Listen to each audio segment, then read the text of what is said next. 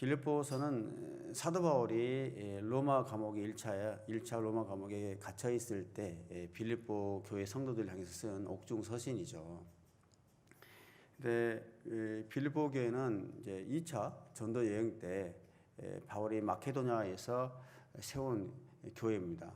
그래서 그 교회가 이제 바울이 로마 감옥에 갇혀 있을 때 늘 바울을 위해서 기도해 줬고, 성도님들이 또 물질로 많이 후원해 주시고 지원을 했어요. 그래서 늘 바울의 마음속에는 빌립보를 생각할 때마다, 빌립보 교회를 생각할 때마다, 성도들 생각할 때마다 늘 감사한 마음이 있었어요.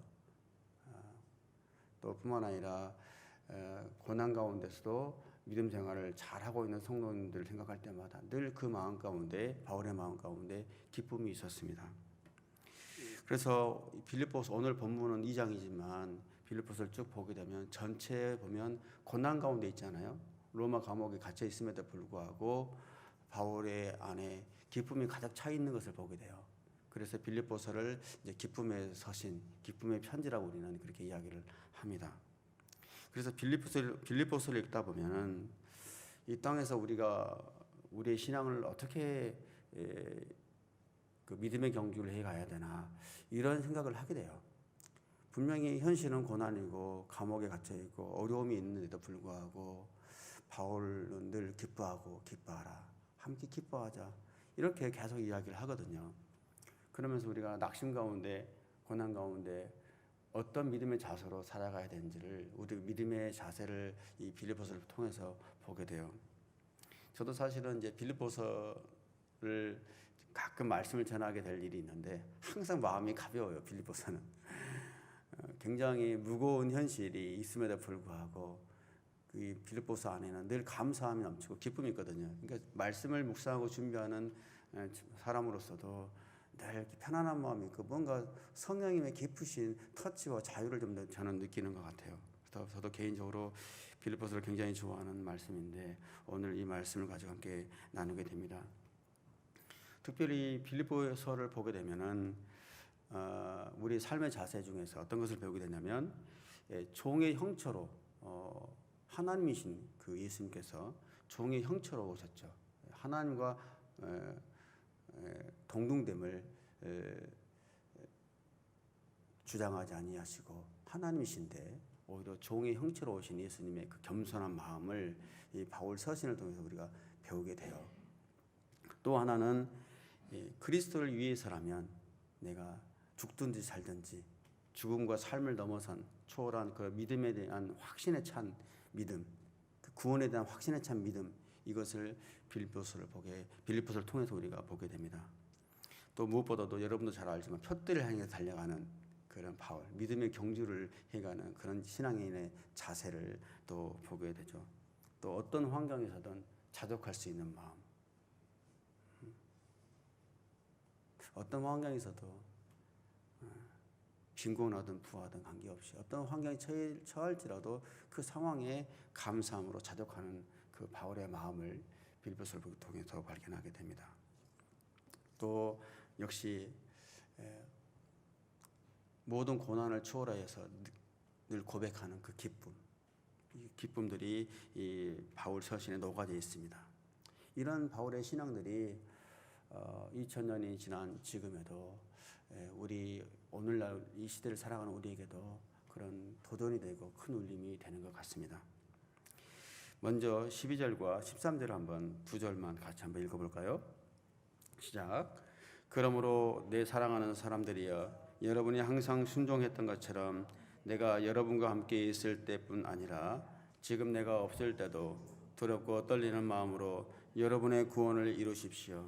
여러분 안에서 하나님의 깊으신 뜻에 따라 결단하게 하시고 행동하게 하시는 분은 하나님이시기 때문입니다.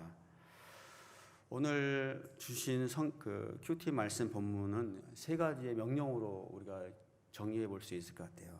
첫 번째로는 뭐냐면 두렵고 떨림으로 너의 구원을 이루라. 두렵고 떨림으로 구원을 이루라. 12절을 보게 되면은 이전에 항상 순종했던 것처럼 두렵고 떨리는 마음으로 너의 구원을 이루기 위해서 노력하고 애쓰라고 이렇게 돼 있거든요. 이런 내용을 볼 때 빌립보 교인들이 굉장히 열심히 믿음 생활을 했지만 이제 바울이 빌립보 교회, 물론 감옥에 지금 로마 감옥에 있지만은 빌립보 교회 소식을 듣고 있었어요. 근데 바울이 함께 있을 때보다도 지금 바울과 떨어져 있는 이 상황 속에서 그 이전보다도 믿음이 조금 퇴보하고 있다라는 것을 좀 느낄 수 있어요. 그래서 이렇게 권면을 말씀하고 있는 거거든요. 그래서 보게 되면 두렵고 이전에 항상 순종했던 것처럼 두렵고 떨리는 마음으로 여러분의 구원을 이루십시오라고 이렇게 당부를 하고 있는 것이죠. 근데 이 본문은 굉장히 우리가 구원을 이해하는 데서 굉장히 중요해요. 사실은 우리가 십자가에 예수 그리스도가 십자가에 죽으심으로 우리가 그분을 믿음으로 우리 구원을 받았잖아요. 그런데 여기서는 말씀에서 두렵고 떨림으로 구원을 이루라고 되어 있거든요. 미래형으로 되어 있어요. 우리는 구원이 이미 십자가의 복음으로 인해서 그 복음을 믿고 있기 때문에 우리는 구원을 받았죠. 이미 구원을 받았죠. 그렇지만 장차 완성될 그 구원을 위해서 믿음의 경주를 계속 이어가야 된다는 거예요. 그러니까 믿음으로 얻은 구원을 믿음으로 완성해 가는 거예요. 믿음에서 믿음으로 우리는 구원을 받았지만 그 믿음으로 구원은 완성되는 거예요. 이게 처음도 믿음이고 끝도 믿음이에요. 그래서 믿음을 통해서 구원받은 사람이라면 그에 합당한 믿음의 생활을 해야 된다는 거예요. 우리가. 그래서 이미 믿음으로 의롭게 되었지만 장차 완성될 그 구원을 향해서 우리는 계속해서 달려가는 거예요. 어떻게 달려가는가? 십자가에서 하나님이신 예수님께서 죽기까지 순종하셨잖아요. 그죠? 예수님께서 하나님이 우리를 구원시키겠다는 그 약속이 있었어요. 그 약속에 예수님께서 순종함으로 죽으셨어요. 십자가에서. 그 주님의 그 신실한 믿음의 본을 따라서 우리도 이 땅에 살면서 그 믿음에 반응하면서 순종하면서 살아야 된다는 거예요. 하나님께서 우리에게 순종의 본을 보여주셨던 것처럼 그런 본을 따라서 우리도 반응을 보여야 된다. 어떤 반응? 믿음의 순종. 이것을 통해서 우리는 우리의 구원을 이루어 가야 된다는 것입니다. 그래서 우리는 두렵고 떨리는 마음으로 하나님 품에 안기는 그날까지 쉼없이 달려가야 돼요. 근데 믿음의 이러한 경주는 어떻게 가능한가 생각해 봐야 돼요. 우리 자신을 알지만 늘 연약하잖아요. 오늘도 바울이 고난 가운데 기뻐하라 하지만 고난 가운데 늘 처음에 우리 기쁩니까? 절망하고 낙심하고 불평과 원망이 쏟아지잖아요. 그런 모습을 보게 돼요. 그러니까 우리가 우리 스스로 구원을 이룰 수가 없어요. 그런 능력이 우리 안에는 없어요. 그래서 13절의 말씀이 있는 거예요. 13절의 말씀 보게 되면은 우리 안에서 하나님의 기쁘신 뜻에 따라서 여러분 안에서 하나님의 기쁘신 뜻에 따라서 결단하게 하시고 행동하게 하시는 분은 하나님이시라고 되어 있거든요. 즉 뭐냐면 하나님의 뜻에 따라 결단하게 하고 행동하게 하시는 분, 그렇게 하도록 도우시는 분은 하나님이시라는 거예요. 내가 아니라. 그러니까 내 안에 있는 성령님이 계시기 때문에 가능하다는 거예요. 구원을 이루어가는 이런 믿음의 삶이라는 것이. 그래서 구원을 주도하는 것은 내가 아니에요. 하나님이세요. 하나님이 우리의 구원을 주도해 가는 거예요. 우리를 이끌어 가시는 거예요. 하나님께서 끝까지 우리의 구원을 보호하시고 완성해 가는 것입니다. 이게 이제 13절 본문의 아주 핵심적인 말씀이에요. 10절, 13절 말씀은 우리가 나의 구원은 어떻게 되지라고 의문이 생길 때마다 늘 묵상하고 암송하면서 생각해 볼 부분이에요. 근데 생각해 보면 구원뿐이겠습니까? 하나님 안에서의 모든 일들이 다 그렇잖아요, 사실은. 하나님께서는 굉장히 인격적이세요. 그렇기 때문에 우리에게 강제적으로 강요하지 않으세요. 우리 안에 마음속에 소원하는 마음, 간절한 마음을 주세요. 갈증을 주세요. 갈망을 주세요. 그 마음을 주시고 자발적으로 내가 기쁨으로 동참할 수 있도록 인도해 주세요. 하나님은 모든 일에 있어서. 그래서 어떤 일을 할 때는 하나님의 일이라면은 내가 이루는 것이 아니라 하나님께서 나에게 기쁘시는 뜻에 따라 소원한 마음을 주시고 내가 자발적으로 순종하고 헌신하면서 인도하시기 때문에 사실은 그 일을 하나님께서 이루시는 거예요. 구원뿐만 아니라 모든 일에 있어서 우리에게 이런 선한 목적을 두시고 인도하시는 그 하나님을 우리가 신뢰하고 믿고 오늘도 순종하며 나가는 저와 여러분들이 되시기를 예수 그리스도 이름으로 축복합니다. 이어서 14절부터 16절까지의 말씀 함께 읽겠습니다. 시작. 무슨 일을 하든지 여러분은 불평이나 분쟁 없이 하십시오. 이런 여러분이 흠없고 순전한 사람들에 대해 뒤틀리고 타락한 세대 가운데서 책망받을 것이 없는 하나님의 자녀들로서 세상에서 하늘의 별들처럼 빛나게 하려는 것입니다. 생명의 말씀을 꼭 붙들어 그리스도의 날에 내게 자랑이 되게 하십시오. 이는 내가 헛되이 다름질하거나 헛되이 수고한 것이 아니기 때문입니다. 두 번째 명령은 모든 일에 있어서 원망과 분쟁 없이 하라는 거예요. 시비 없이 하라는 거예요. 다투지 말고 늘 하나됨을 이루라 라는 조언을 하고 있어요. 광야에서 출애굽한 이스라엘 백성들이 늘 하던 습관이 있었어요. 뭐였습니까? 원망하고 불평하는 거였죠. 그게 끊이질 않았어요.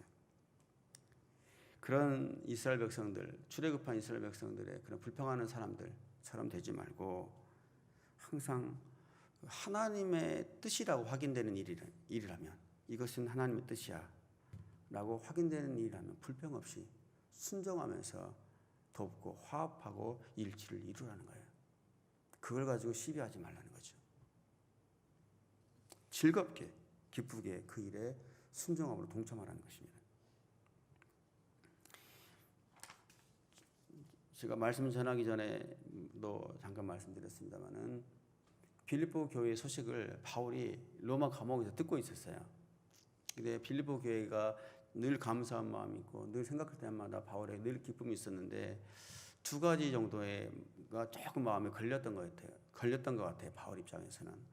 하나는 당시 초대교회들이 다 그렇습니다만은 율법주의자들이 그 잘못된 가르침들이 있었잖아요. 그죠? 복음 위에 다른 복음들을 전하면서 또 교리를 혼동케 하고 미혹시키는 그런 일들이 있었죠. 그걸로 인해서 분열이 있었고 또 하나는 뭐냐면 그 빌립보 교회 리더십들, 특별히 여성 리더십들, 요디아와 순두계, 빌립보서 마지막을 보게 되면 그 말씀 확인해 볼 수 있는데 그 여성 리더십들이 교회를 개척했을 때 바울을 굉장히 열심히 돕고 교회를 잘 세우는 리더십들이었어요. 근데 바울이 이제 감옥에 갇혀 있는 이 기간 동안에 그 여성 리더십들 간에 불화가 있었던 것 같아요.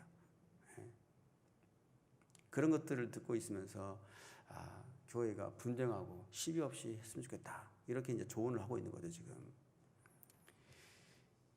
그러니까 우리도 생각해 보면은 그 원로 목사님이 계시잖아요. 은퇴 목사님들이 동경온누리교회. 그러면 항상 우리가 생각해야 될 것은 동경온누리교회 그 아름다운 소식들이 은퇴 목사님들에게 들려져야 돼요.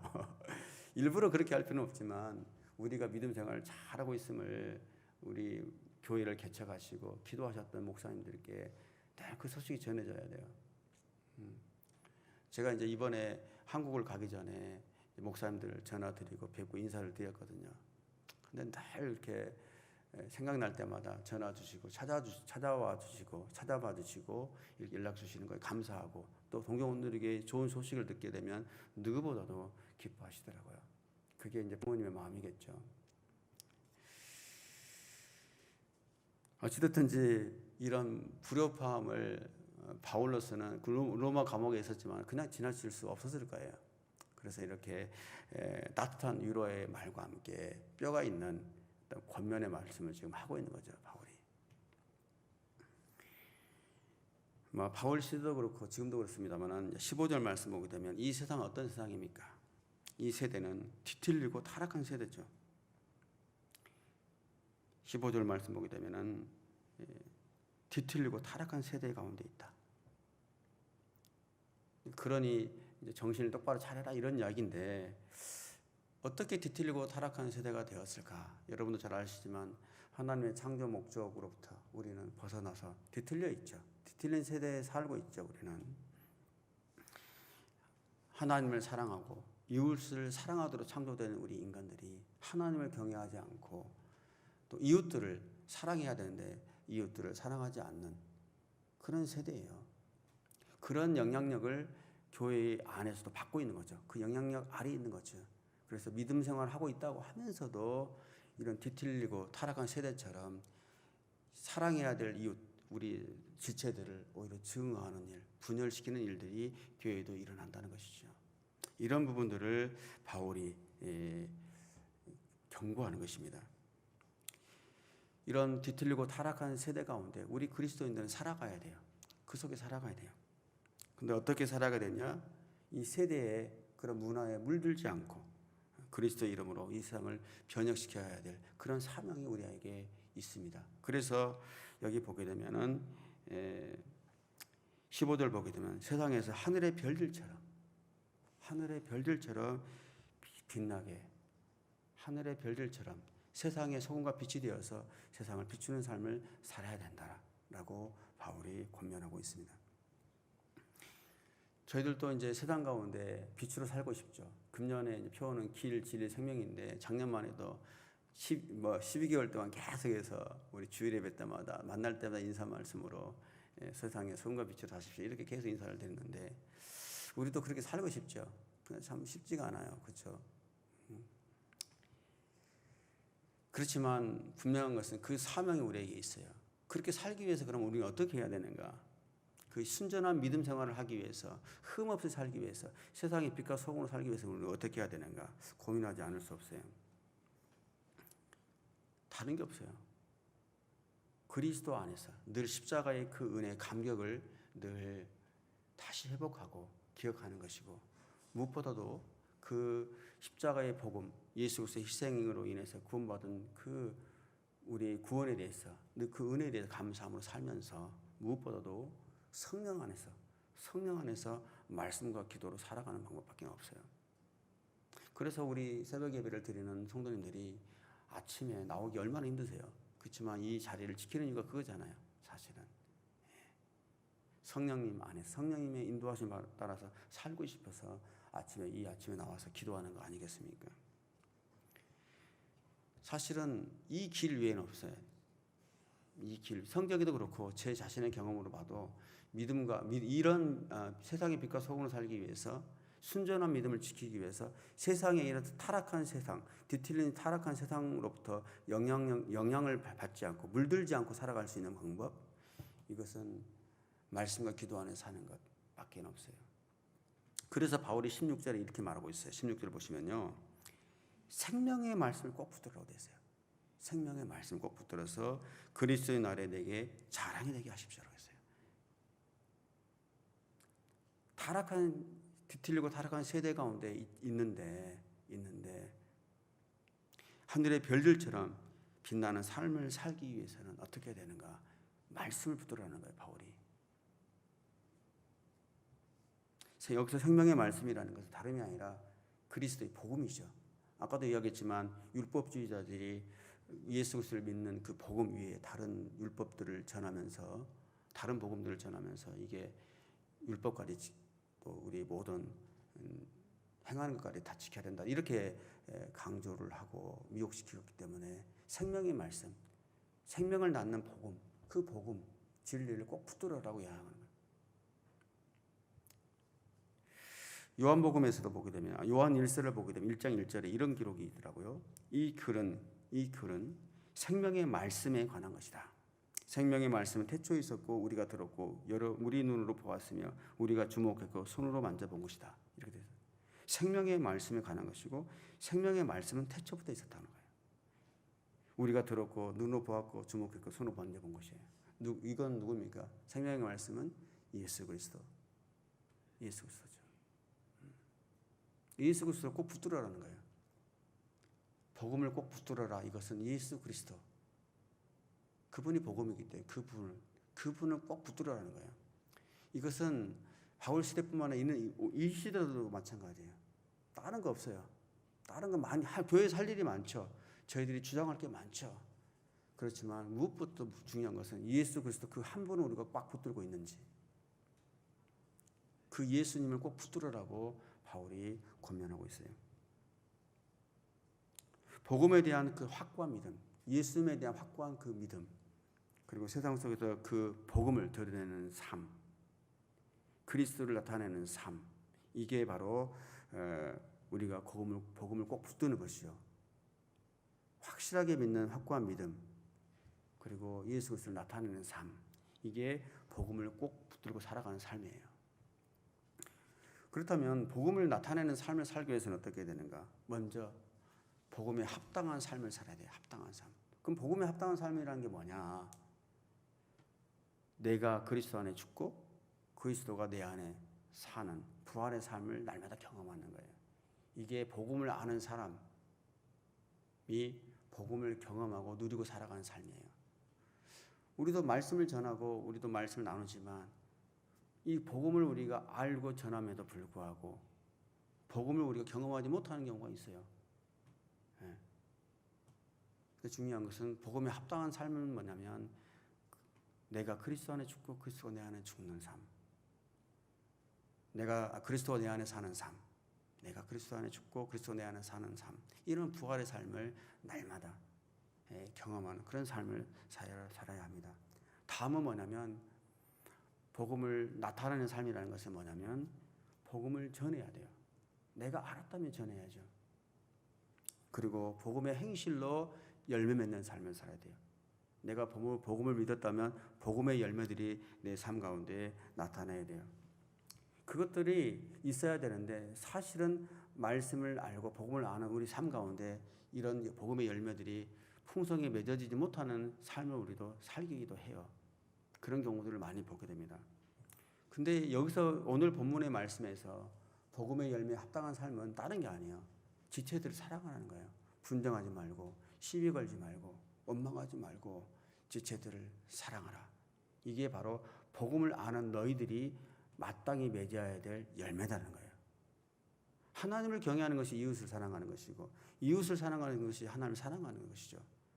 그렇기 때문에 이웃을 사랑하는 것이 하나님을 경외하는 삶이라고 이야기를 합니다. 이런 삶의 열매들이 정말 지체들을 사랑하는 이런 삶의 열매들이 그리스도의 날, 바로 최후의 심판대 앞에 서게 되는 날, 그것들이 우리에게 자랑거리가 되게 하라 라고 바울이 오늘 말씀 가운데 우리에게 전해줍니다. 특별히 목회자에게 있어서 자랑이라는 것은 생각해 보니까 우리 성도님들인 것 같아요. 어떤 거냐면 성도님들의 영혼이 잘 되고 또 범사에 잘 되고 건강하게 지내시고 믿음 생활 잘하는 것, 이게 목회자들의 복음의 열매더라고요. 목회자들이 열심히 말씀 전하고 성도님들 교회를 섬기고 여러 가지 주의 종으로서 섬기는데 성도님들이 힘들고 어렵고 불화가 있고, 근데 그러면 이거는 뭔가 생각을 해봐야 돼, 목회자가. 왜냐하면 목회자의 열매는 뭐냐면 성도님들이 늘 그 영혼이 잘 되고 늘 행복하고 즐겁고 살아가는 그런 것들이 나타나네요. 뭐 다른 사역들이 위대한 사역들이 열매가 아니라 성도님들 한 분 한 분이 우리 목회자들의 열매가 되어야 된다라는 생각을 제가 해보게 됩니다. 이런 것들이 하나님 나라에 갔을 때 구원의 날, 그리스도의 날에 내가 하나님 앞에 자랑거리가 되겠죠. 동경원들에게 모든 성도님들께서 이 그리스도의 복음 또 생명의 말씀을 꼭 붙들고 가정과 일터 교회에서 복음의 열매를 풍성히 맺는 저와 여러분들의 되시기를 예수 그리스도 이름으로 축복합니다. 마지막으로 17절, 18절 말씀 함께 읽겠습니다. 시작. 이제 내가 여러분의 믿음의 제사와 예배에 내 피를 붓는 일이 있을지라도 나는 기뻐하고 여러분 모두와 함께 기뻐할 것입니다. 여러분도 함께 기뻐하고 나와 함께 기뻐하십시오. 마지막 세 번째 명령은 뭐냐면 고난 중에도 기뻐하라는 거예요. 고난 중에도 기뻐하라. 바울이 이제 어떻게 표현하면 성도님들의 빌립보 교회 성도님들의 이런 봉사 또 헌신을 여기서 말씀에서는 믿음의 제사, 여러분의 믿음의 제사, 예배 이렇게 표현하고 있어요. 빌립보 교회 성도들이 교회에서 열심히 봉사하는 것과 또 로마 감옥에 바울이 갇혀 있잖아요. 갇혀 있는 바울을 헌신적으로 섬겼어요. 이런 봉사를 여기서 믿음의 제사라는 표현과 예배라는 표현으로 이렇게 말을 하고 있어요. 그러니까 뭐냐면 사람에게 하는 것은 봉사예요. 그렇지만 똑같은 그 봉사가 하나님께 드리면 예배가 되는 거예요. 사람에게 하는 봉사가 하나님께 적용이 되면 예배가 되는 거예요. 통일한 거예요. 그러니까 하나님을 사랑하는 것이 이웃을 사랑하는 것이고 이웃을 사랑하는 것이 하나님을 사랑하는 것처럼 성도들을 향해서 봉사가 하나님께 드리면 그게 예배가 되는 거예요. 이것을 이제 믿음의 제사와 예배라고 지금 바울이 표현하고 있어요. 근데 그 봉사와 헌신 위에 예배 위에 내 피를 붓는 일이 있을지라도 내가 곧 순교하게 될지라도 나는 기뻐할 것이다. 이렇게 고백하고 있습니다. 이제 구약 시대의 제사법을 보게 되면 이제 형태를 보게 되면 하는 행위를 보게 되면은 화제가 있어요. 불로 태우는 화제가. 그리고 거제 손으로 들어서 올려드리는 거제가 있고 요제가 앞뒤로 해가지고 이렇게 하나님께 드리는 게 있어요. 요제라고 하죠. 그 다음에 관제라고 있어요. 관제. 그 포도주를 이제 마지막에 붓는 것을 관제라고 해요. 그런 것처럼 활활 타오르는 그 마지막에 드리는 그 제물 위에 나의 관제, 내 피를 붓는 일이 있을지라도 나는 기뻐할 것이라고 이렇게 고백하고 있습니다. 이제 뭐 바울이 곧 순교하게 될 것을 예감하고 있었죠. 물론 1차 감옥 이후에 순교하는 건 아니에요. 2차에 투옥되고 나서 순교하지만 로마에 갔을 때는 이미 죽을 각오를 가지고 갔어요. 여기서 죽겠다는 각오를 가지고. 그래서 이제 곧 순교하게 될 것을 예감하고 있고 이런 예감하면서 이런 이야기를 하는 거죠. 그래서 성도님들의 믿음의 삶, 그리고 헌신 이외에 이제 마지막으로 자신의 순교가 뿌려진다면 성도님들의 봉사는 곧 제사인데 예배인데 하나님께 드리는 예배인데 그 성도님들이 드리는 그 제물 위에 봉사 위에 이제 내 피가 뿌려질 것만 남겨졌다는 거예요. 남아있다는 거예요. 마지막에 내 피가 내가 순교하게 될지라도 그래서 나는 더 기뻐하고 기뻐할 것이다. 즉 마지막 제물 위에다가 그 포도주를 부어드리면 그 향기로운 그 향기가 있지 않습니까? 불에 타서 올라가는 향기를 하나님께 기쁨으로 그 제물을 받으시거든요. 그런 것처럼 여러분의 그 수고와 헌신 위에 내 순교의 피가 뿌려진다면 완전한 제사가 될 거라는 거예요. 마무리가 된다는 거죠. 이제 내 순교만 남았다라고 바울이 이렇게 고백하고 있습니다. 주를 위해 사는 것도 은혜지만 바울은 주를 위해 죽는 것도 늘 은혜의 특권이었어요. 바울은. 그러니 내가 죽는다고 해도 슬퍼할 일이 아니라는 거예요. 오히려 기뻐할 일이다 라고 바울이 오늘 이렇게 신앙적으로 고백하며 권면하고 있습니다. 방금 전에도 말씀드렸습니다만 목회자에 있어서 가장 큰 기쁨은 성도님들인데 성도님들이 진리 안에서 말씀 안에서 정말 믿음 생활 잘하는 것 이런 것들이 우리에게는 참 기쁨입니다. 동경원 온누리교회 성도 여러분 두렵고 떨리는 마음으로 여러분의 구원을 이루십시오. 모든 일에 하나 되십시오. 그리고 생명의 말씀 꼭 붙들고 믿음의 생활을 믿음의 열매를 풍성히 맺으십시오. 그리고 어떤 어려움과 고난이 오더라도 믿음으로 승리하시고 그리스도 안에서 기뻐하십시오.